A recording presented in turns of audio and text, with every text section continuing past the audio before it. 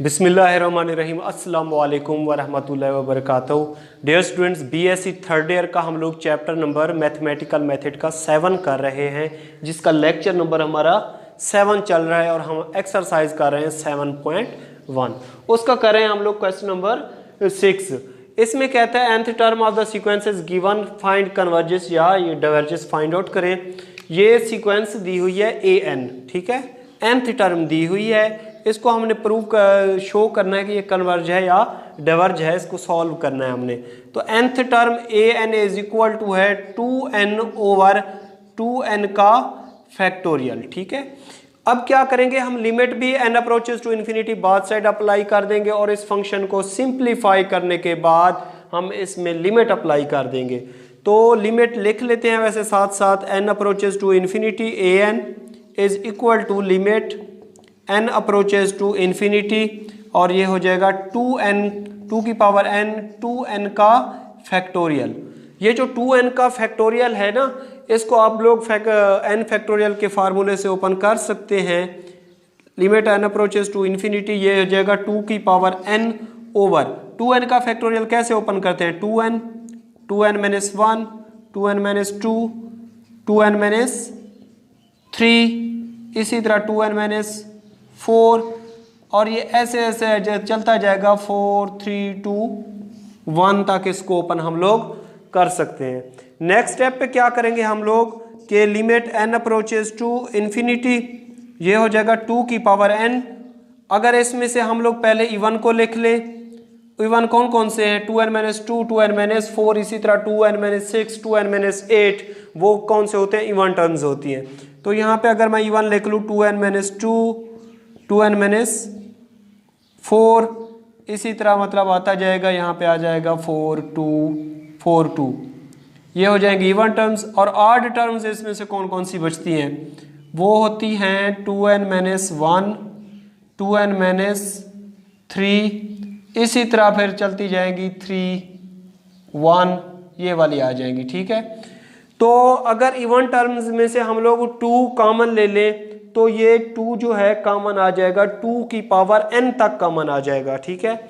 और यहाँ पे ऐसे लिख सकते हैं इसको, is equal to limit n approaches to infinity, ये हो जाएगा 2 की पावर n। इस इवन में से अगर 2 कॉमन ले लें तो 2 की पावर n तक आ जाएगा, तो ये हो जाएगा 2 की पावर n, और बाकी रह जाएगा यहाँ पे n का फैक्टोरियल। और ये ऑड टर्म हम लोग लिख सकते हैं 2n - 1 2n - 2 2n - 3, और इसी तरह 3 1, ये वाला 2 की पावर n 2 की पावर n क्या हो जाएगा, कैंसल आउट हो जाएगा, ऊपर आ जाएगा 1, नीचे अगर n की जगह पे हम लोग इन्फिनिटी पुट करें तो ये सारा क्या हो जाएगा, फिर इन्फिनिटी हो जाएगा।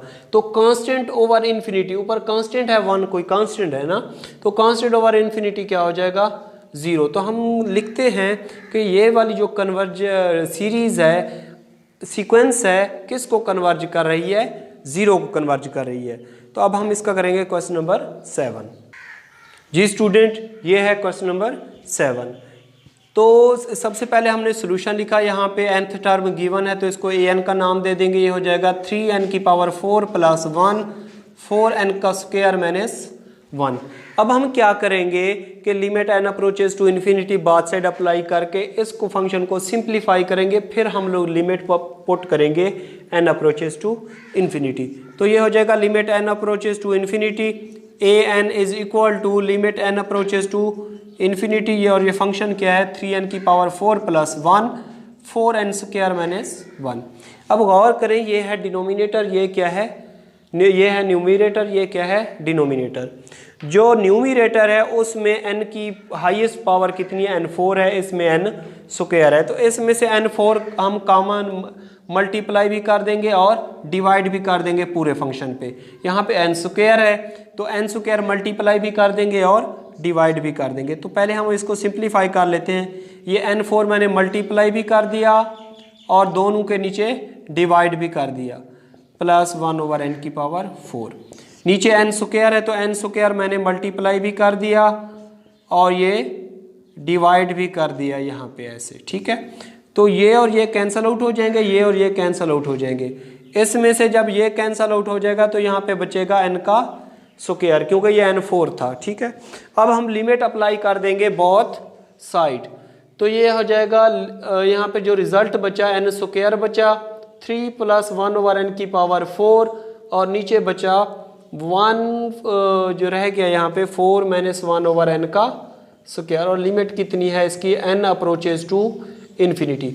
जब हमने इन्फिनिटी पुट किया तो ये देखें डिनोमिनेटर में तो इन्फिनिटी है ही नहीं, डिनोमिनेटर में तो n है ही नहीं यहाँ पे।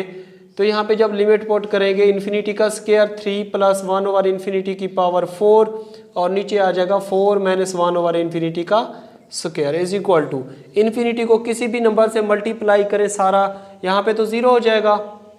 इन्फिनिटी का स्क्वायर 3 + 0 और नीचे क्या हो जाएगा 4 - 0, क्योंकि कांस्टेंट ओवर इन्फिनिटी हो या इन्फिनिटी का स्क्वायर हो या इन्फिनिटी की पावर ऊपर जितनी मर्जी हो, नीचे इन्फिनिटी तो रिजल्ट किसके बराबर होता है, 0 के बराबर।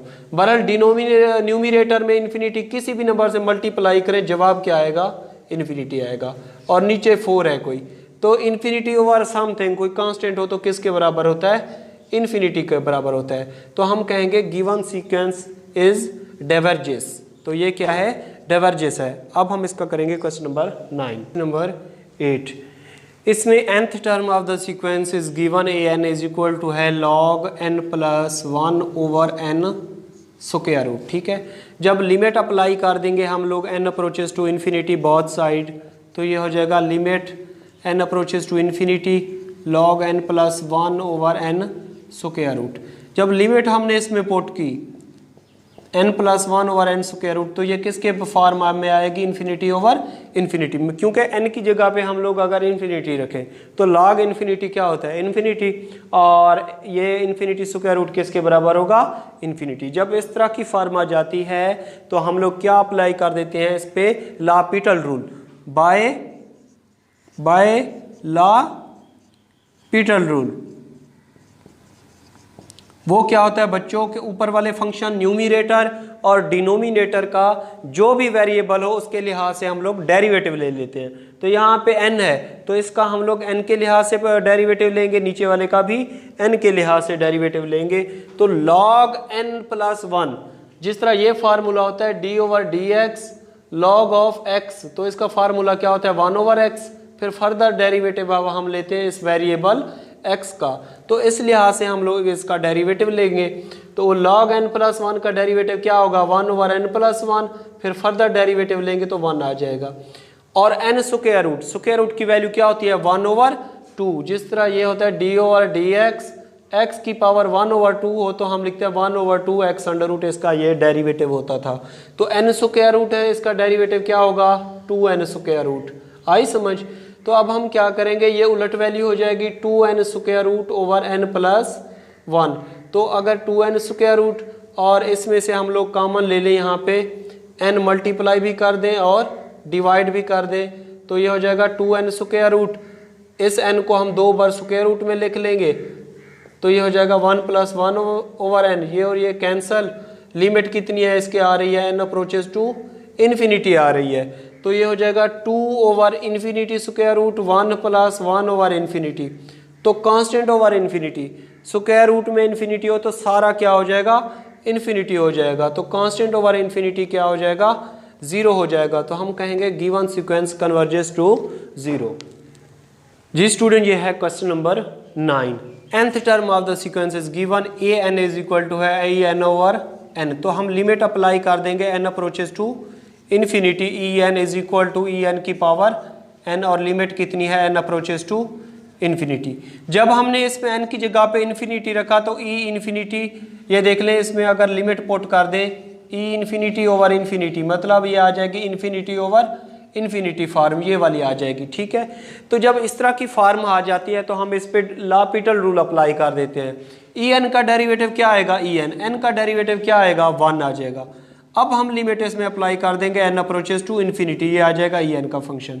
तो जब हमने e की जगह n की जगह पे इन्फिनिटी पुट की तो जवाब क्या आया, इन्फिनिटी। तो हम कहेंगे गिवन सीक्वेंस इज डाइवर्जेस। ये किसको डाइवर्ज कर रही है, इन्फिनिटी को डाइवर्ज कर रही है। जी स्टूडेंट, ये है क्वेश्चन नंबर 10। इसमें nth टर्म गिवन है log n minus log of n plus 1।